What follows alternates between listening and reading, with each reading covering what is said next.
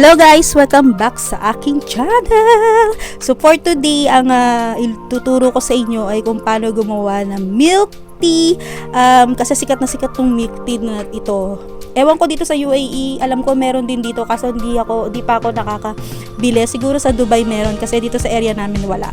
So pag nagki-crave ako, gumagawa ako nito at gustong-gusto ito ng aking asawa. So kung di nyo pa napapanood yung aking recipe about sa paggawa ng tapioca pearl or yung boba pearl or yung sago na nilalagay sa milk tea, just click yung link na nakaturo yung arrow at nilalagay ko rin siya sa may baba. So let's start!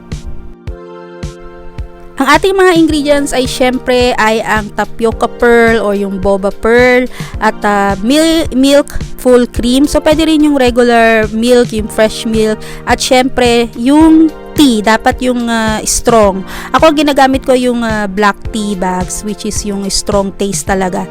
Yan na yung aking palaging ginagamit na paggawa ng milk tea.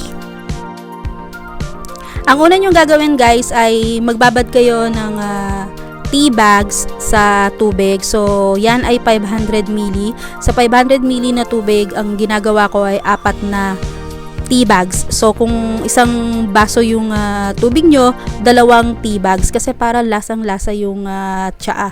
So, yung iba ginagawa, pinapainit muna yung tubig para ibabad yung tea para talagang lumabas yung lasa.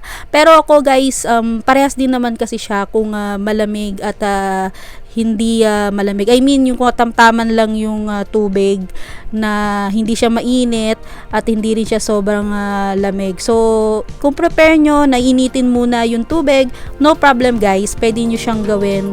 At ako naman kasi, sanay na ako sa ganito. Nalalasahan ko rin naman talaga yung tea kahit na yung tubig ko ay hindi mainit. So, ibababad ko lang siya guys dyan ng mga 30 minutes. Habang minababad natin yung ating tea ay gagawa tayo ng arnibal. So ito napakadali lang nito guys. Pakulo lang kayo ng tubig, then maglagay lang kayo ng dark brown sugar. So itong arnibal or itong brown sugar syrup mixture, ito yung magpapatamis dun sa milk tea nyo. So ako ang ginawa ko dito, mga siguro 1/4 cup ng brown sugar. Tapos pakuluan nyo lang siya guys hanggang sa yung tubig niya medyo lumapot. Optional lang to guys, pwede kayong maglagay ng vanilla extract or vanilla essence dun sa dark brown sugar mixture. Iba kasi ang lasa kapag merong vanilla at iba rin kasi yung amoy niya. So optional lang to guys, kung gusto nyo siyang lagyan, lagyan nyo. Pag malapot na yung dark brown sugar syrup nyo guys, ay patayin nyo na yung apoy and then palamigin nyo lang siya. So guys, this is it. Maglalagay kayo ng yelo doon sa inyong baso. Ako kasi guys, gusto ko malamig na malamig yung aking milk tea. And then, after nyong maglagay ng yelo, next ay yung sago guys. Ako ang nilagay ko ay maraming sago or yung tapioca pearl.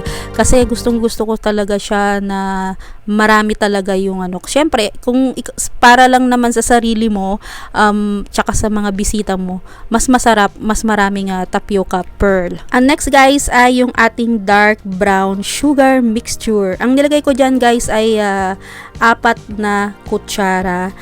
Kasi guys, yung recipe ko ng tapioca pearl ay matamis na yon. Kaya itong syrup na to ay konti lang yung ilalagay ko. Pero it depends dun sa prepare nyo na tamis ng milk tea nyo. So, para dito sa aking ginawa ay mga 4 na kutsara ang nilagay ko na dark brown syrup. And then guys, ang ating tea bags or yung tea na ibinabad natin kanina. So, ang nilagay ko dito sa aking lagayan ay 250 ml o yung kalahati nung ginawa kong binabad kanina na tubig na merong milk tea. And then guys, ay ang ating milk, yung milk full cream or yung fresh milk. So, siguro ang nilagay ko dyan ay mga 1/4 siguro na cup ng milk. So, kung gusto nyo na mas maraming milk para mas malinamnam siya, gawin yung 1/2 cup ng milk ang ilagay nyo.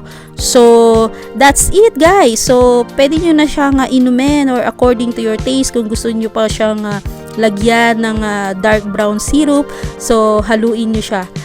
And then guys, salamat sa panonood nitong aking recipe ng milk tea. So, gawin nyo rin to guys. Napakasarap nito sa mainit na panahon. So, yun lang guys. Maraming salamat sa panonood sa aking channel. Bye-bye!